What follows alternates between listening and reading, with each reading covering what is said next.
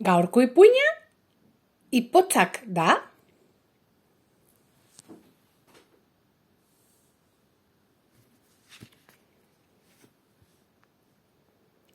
Udaberriko eguzkitzu batetan laukotea basora joan zen. Zein toki paketsua, esan zuen Lukak. Bai zoragarria da, esan zuen Beak.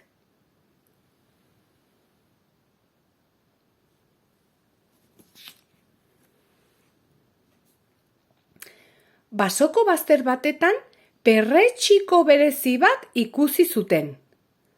Hori bai perretxiko arraroa, esan zuten.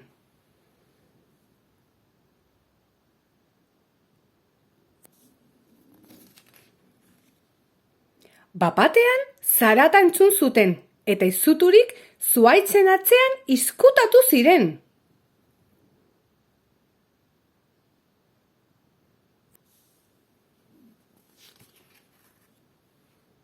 Ipotz batzuk bidetik zetozela ikustean harriturik geratu ziren.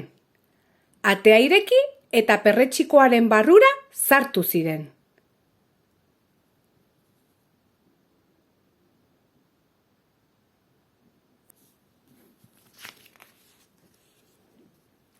Ipotxak hemen, bai arraroa.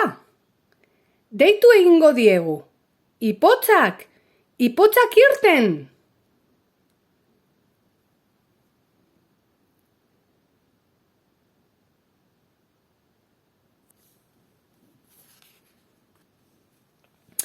Ipotz batek atea ireki zuen eta haserre bizian esan zien.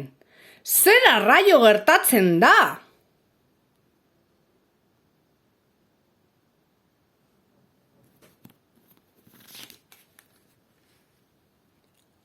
Asko hitz egin ondoren lagun minak egin ziren, eta denon artean merienda bat egitea pentsatu zuten.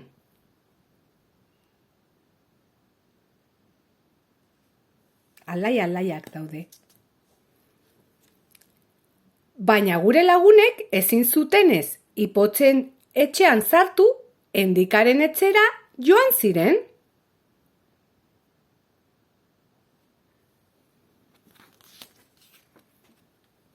Eta ipuin hau bukatu da. Ze polita izan den ipotzak ezagutzea.